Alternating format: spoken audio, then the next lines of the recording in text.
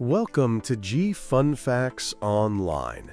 Imagine you are on a wooden ship, far out on the open ocean. The shore disappeared over the horizon hours ago. All you can see is an endless expanse of blue water in every direction. You have no map, no compass, and certainly no GPS. How do you find your way? How do you know which direction leads to your destination, and which leads to certain doom? This wasn't a hypothetical nightmare. It was the daily reality for sailors in the Bronze Age, an era from roughly 3,300 to 1200 BCE. These ancient mariners, from civilizations like the Minoans, Mycenaeans, and Egyptians, were the unsung pioneers of globalization. They turned the treacherous seas into highways of trade and culture, all without a single piece of modern technology. Their secret was a profound and sophisticated understanding of the world around them, a celestial compass written in the sun, moon, and stars. Today, we're unveiling the secrets of how these intrepid sailors conquered the oceans. The Bronze Age was a period of incredible growth, largely fueled by a single, powerful alloy, bronze.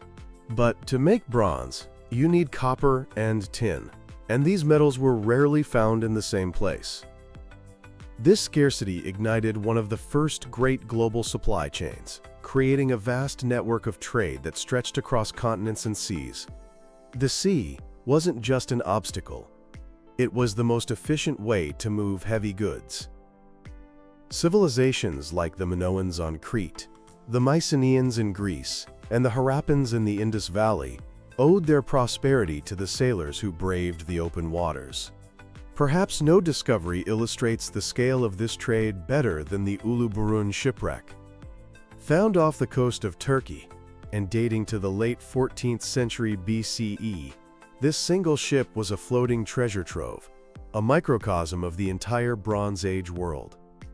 Its cargo was staggering.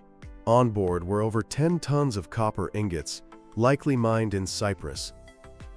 There was also 1 ton of tin, which chemical analysis suggests came from as far away as modern-day Afghanistan or Uzbekistan. And that was just the raw material. The ship was also carrying a dazzling array of finished goods from at least 7 different cultures.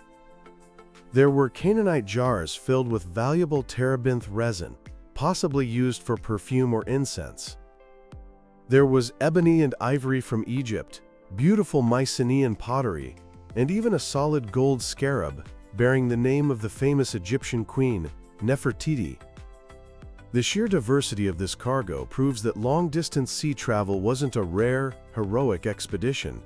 It was a routine part of a complex and thriving international economy. So how did they do it? With the heavens as their guide. The fundamental skill for any Bronze Age mariner was celestial navigation. During the day, their primary tool was the sun, its predictable arc across the sky, rising in the east and setting in the west, provided a constant directional reference. While we haven't found a definitive Bronze Age sun compass, it's highly plausible they used simple devices, perhaps a vertical stick on a flat board, to track the changing length and direction of the shadow, allowing them to determine north, south, east, and west with reasonable accuracy. It was a simple but effective method for maintaining a course during daylight hours, but when night fell, the sky transformed into an intricate and reliable map. The key to night navigation was finding a fixed point, and for us in the Northern Hemisphere, that's the North Star, Polaris. However, due to a wobble in the Earth's axis called precession, the sky looked different 3,000 years ago. During the Bronze Age, Polaris was just another star. The true pole star, the fixed point in the night sky, was a star called Thuban in the constellation of Draco the Dragon. Knowing this, and knowing which constellation circled Thuban without ever setting below the horizon, was critical for steering a steady course through the darkness. We see evidence of this practical knowledge in some of our oldest literature. Homer's epic, the Odyssey, which has its roots in the stories of the late Bronze Age, describes the hero Odysseus navigating his way from Calypso's island by keeping the constellation of the Great Bear, Ursa Major, on his left-hand side.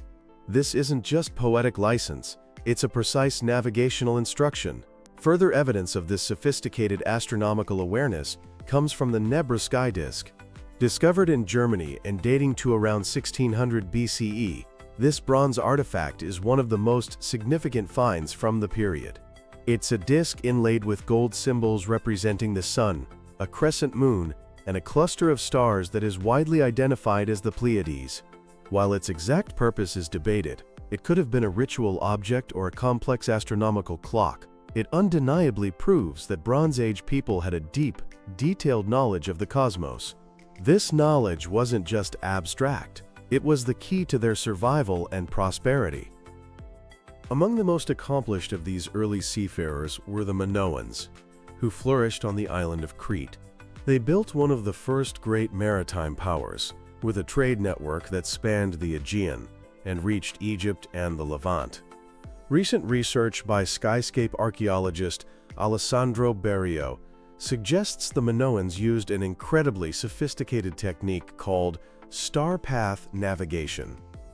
The theory posits that Minoan sailors would set their course by aligning their ship with the rising or setting of a specific bright star. For example, to sail from Crete to the vital trading port of Sidon in modern-day Lebanon, a journey of hundreds of miles across the open sea, a ship would set its course toward the point on the horizon where the star Spica rises. By keeping their vessel aimed at Spica's rising point each night, they could maintain a remarkably accurate heading. What makes this theory even more compelling is that the Minoans appear to have built this knowledge directly into their most sacred architecture. The Grand Palace at Knossos, the heart of the Minoan civilization, is oriented along an axis that aligns perfectly with the rising of Spica. It's as if the palace itself was a giant, land-based compass pointing the way along this crucial maritime highway. This suggests a deep fusion of religion, power, and practical navigation, where the routes to wealth and influence were literally written in the stars and mirrored in the layout of their cities. This was likely a closely guarded secret, a source of immense power for the Minoan elite who controlled these trade routes. As Minoan power waned, a new force rose on the Greek mainland, the Mycenaeans. These were the warriors and kings of Homeric legend. By the 14th century BCE, they had inherited and greatly expanded the Minoan sea lanes. Mycenaean goods, particularly their distinctive pottery, have been found all across the Mediterranean, from Italy to Syria, a testament to their extensive seafaring capabilities. They would have relied on the same celestial techniques, passed down or independently developed, to guide their oared galleys across the sea. While the Minoans and Mycenaeans dominated the Aegean, the Egyptians were mastering their own waterways. Their civilization was built along the Nile, but by the time of the New Kingdom, they were also undertaking ambitious sea voyages. The reliefs at Queen Hatshepsut's temple famously depict a massive expedition to the distant land of Punt, believed to be in the Horn of Africa. Such a journey required traversing the Red Sea, a significant open-water challenge. The Egyptians possessed incredibly advanced astronomical knowledge, which they used for their calendars and to align their magnificent temples with celestial events. It's almost certain that this deep understanding of the stars was adapted for practical maritime navigation on these long voyages. Meanwhile, to the east, the Indus Valley civilization was pioneering long-distance sea trade across the Arabian Sea to Mesopotamia. Their secret weapon was their understanding of the monsoon winds. These powerful, seasonal winds reverse direction twice a year. Sailors could ride the southwesterly winds from India to the Arabian Peninsula in the summer, and then catch the northeasterly winds to sail back home in the winter. It was a natural, reliable engine for their ships. While we have less textual evidence for their celestial navigation, it's inconceivable that they could have made these thousand-mile journeys without also using the stars to guide them at night, combining wind power and star power to become formidable traders. But navigation wasn't just about looking up. It was a multi-sensory experience. What happened when clouds obscured the sun and stars? A skilled Bronze Age navigator had a suite of other techniques. They learned to read the ocean itself. The pattern of ocean swells, for instance, can reveal a consistent wind direction, providing a natural compass, even on an overcast day. As these swells approach land, they refract and change shape, signaling the proximity of a coastline long before it's visible. They also followed the birds. The migratory patterns of certain species are incredibly regular. Seeing a flock of birds flying purposefully in one direction could be a strong indicator of the way to land. Some historians believe that, like the later Vikings, Bronze Age sailors may have even carried shore-sighting birds like crows on their voyages. When they thought they might be near land, they would release a bird. If it circled the ship and returned, it meant there was no land nearby. If it flew off in a specific direction, the sailors would simply follow it, a living compass pointing them towards safety. Of course, none of these skills would matter without ships capable of handling the open sea, and Bronze Age vessels were far from primitive. Iconography and archaeological finds show a variety of sophisticated designs. Minoan and Mycenaean ships featured high, curved prows and were powered by both a large, single square sail and rows of oarsmen. Egyptian seagoing ships were unique. They often lacked a central keel for support. Instead, they used a remarkable invention called a hogging truss. This was a massive cable stretched taut over a series of supports, running the length of the ship from bow to stern, which prevented the vessel from sagging in the middle. The Uluburun ship itself was a masterpiece of construction, built with Lebanese cedar using the mortise and tenon technique, where precisely cut projections on one plank fit into holes on another, creating an incredibly strong and durable hull.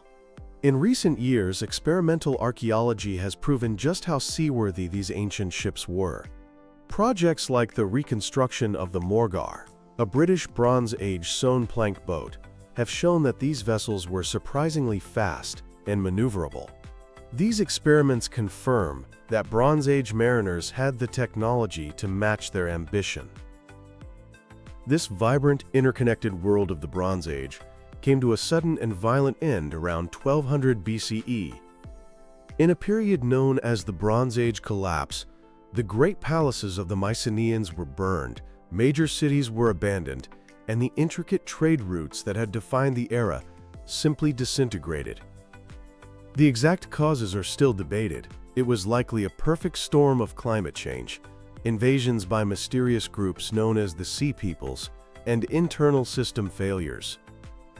This collapse ushered in a dark age for much of the Mediterranean, and with it, much of the sophisticated navigational knowledge was likely fragmented or lost.